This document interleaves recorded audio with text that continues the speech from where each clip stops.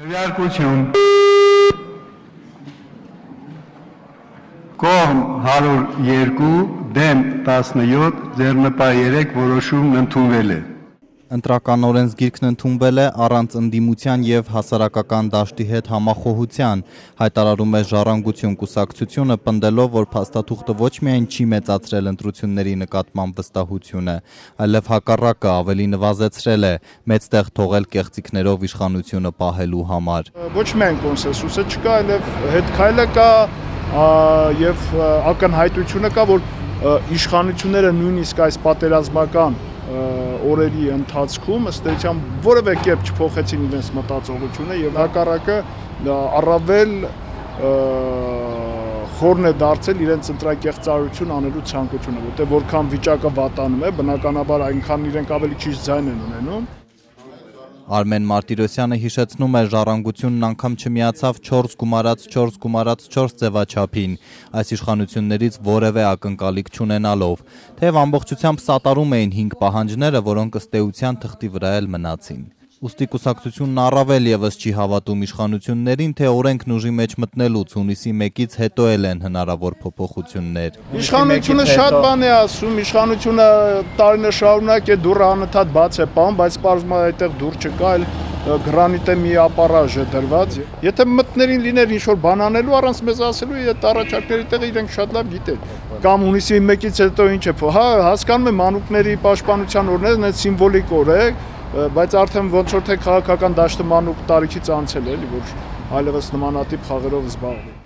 Բանակցություններին մասնակցած քաղաքասարակության ներկայացուցիչները եւս լավատես չեն, թե արդեն ընդունված օրենսգիրքը ձեռքի տակ ունենալով իշխանությունները կգնան զիջումների։ Ինքնանպատակ չի, գիտեք, քննարկումներին մասնակցել։ Թե իշխանությունը ամենասկզբից ասում է, որ մեր պահանջները մերժելու է, գնանք բանակցենք, որ չանենք։ Ընտրակեղծարարության դեմն առնելու ինչ մեխանիզմ են ամրագրել այս փաստաթղթում, հարցնում է Դանիել Յոհաննիսյանը։ Կամ պետք է ընդունեն մեր մեխանիզմները, որովհետև իշխանությունները այնուամենայնիվ ունեն